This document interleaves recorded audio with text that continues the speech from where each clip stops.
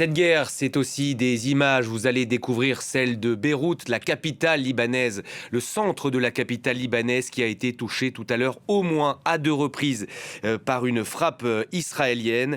On retrouve sur place à Beyrouth notre envoyé spécial Yohan Baudin. Bonjour Yohan, vous revenez de Tyr au Liban. C'est un fief du Hezbollah où vous avez tourné un reportage.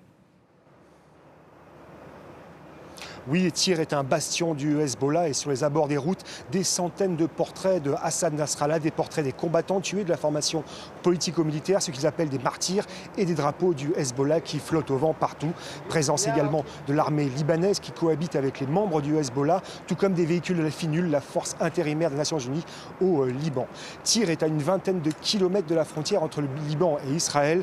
Nous avons constaté 3 frappes de l'aviation israélienne sur les collines surplombant la ville. Les combattants du Hezbollah ont repris leur position. Ils étaient censés les avoir évacués avant la guerre. C'est de là que sont parties des dizaines de roquettes hier en direction du nord d'Israël. Ces dernières 24 heures, le mouvement chiite a lancé sa plus grosse opération depuis le début de la guerre. Près de 200 roquettes tirées et des dizaines de drones. Une opération qui semble avoir été coordonnée avec Téhéran. Les membres du Hezbollah confirment d'ailleurs qu'un certain nombre de tirs ont eu lieu depuis les environs de la ville. Consigne nous a été donnée de ne pas filmer les sites d'où partent ces roquettes. Israël a promis de répliquer massivement. Le Hezbollah va payer et le double du prix, a menacé le porte-parole de l'armée israélienne. Nous avons vu des dizaines de bâtiments détruits, un immeuble de 12 étages réduit à l'état de gravat, frappé dès le premier jour. C'était le siège de la banque du Hezbollah. Il y a eu un ordre d'évacuation et donc pas de victimes civiles pour ce bâtiment détruit. Et à quelques centaines de mètres de là, eh bien, un bâtiment de l'institution financière a également été touché et au milieu des gravats, des débris, des centaines de papiers. Il s'agissait de demandes de prêts, des microcrédits sans intérêt. C'est très populaire dans la communauté chiite. Quasiment tous les bâtiments de cette banque ont été systématiquement visés à travers le Liban. Et en seulement 13 jours, on le sait, Yohan, un Libanais sur 10 est désormais déplacé. Ça fait près de 800 000 déplacés. Situation humanitaire également dramatique à Tyr.